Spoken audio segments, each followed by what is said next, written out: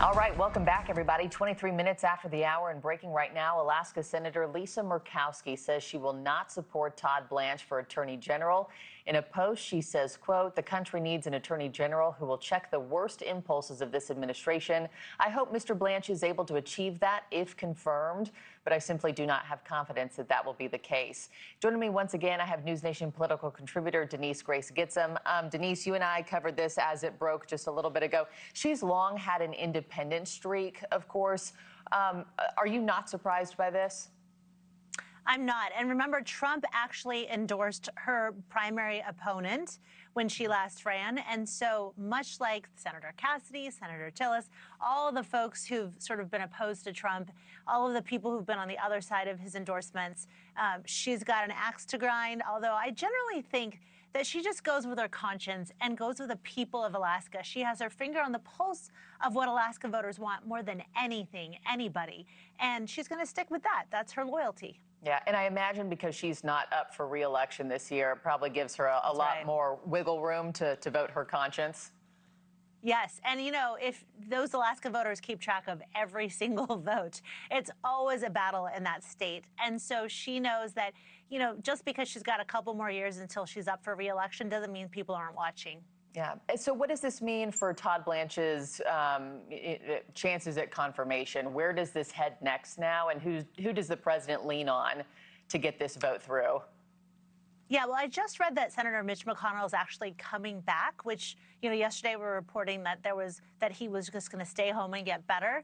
And now it seems like he's going to be back imminently, I think the report said. So we've got some more Republicans who are actually going to be present. It'll be interesting to see what the president does personally to galvanize support for his nominee. A lot of this is going to have to be personal diplomacy. The White House has to get involved. And there's going to be some trade-offs. You know, it's so much power is held by those who hold out, and they know it. And with those who have no incentive to really go with the president on a lot of the issues that, you know, they've opposed him on, they have a lot of power now. If he wants to get this nominee through, they can hold out till they get what they want. We'll see what more we learn on this today, where this heads next. While I have you, Denise, let's switch gears because I didn't get to ask you about Michigan last hour. Democrats are feeling pretty bullish about their chances in Michigan against Mike Rogers come November, who has, of course, tied himself to Trump. But by the way, the president's approval rating in Michigan is just 37%, down 8% since he took office. How are El-Sayed and Democrats going to capitalize on his unpopularity, you think?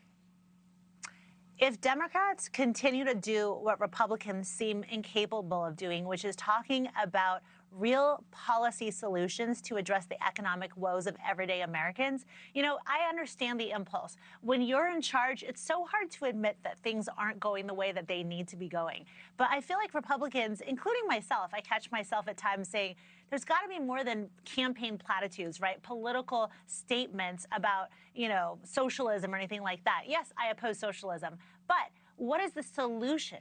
That's what Americans are looking for, is solutions. And Republicans need to do a lot more than just talk about how bad someone is or whether El-Sayed is a man of hate, which the president said the other day.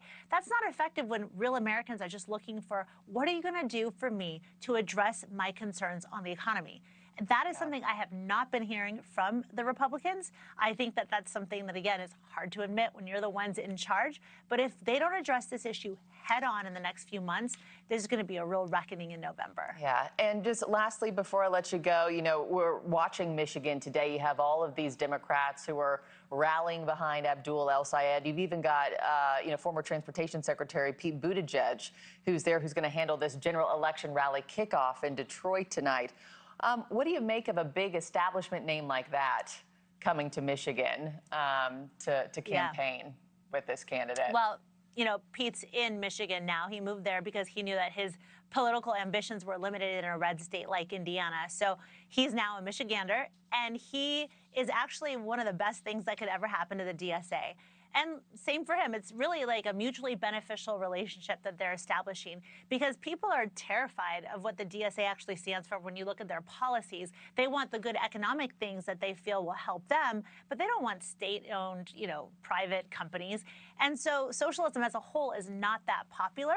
It's just the economic things that they're selling. And I think that what Pete Buttigieg does is he helps legitimize them because he knows how to speak Midwestern. That's what he is. And he's seen as a relative moderate, even more so now, given how far left that flank is. So this positions him well to continue being one of those leading contenders for the Democratic nomination for president in 2028. All right. All eyes on Michigan today and tonight. Denise Grace Gitsham, always good to have you. Have a wonderful weekend, my friend. We'll see you next week. You too, Mark.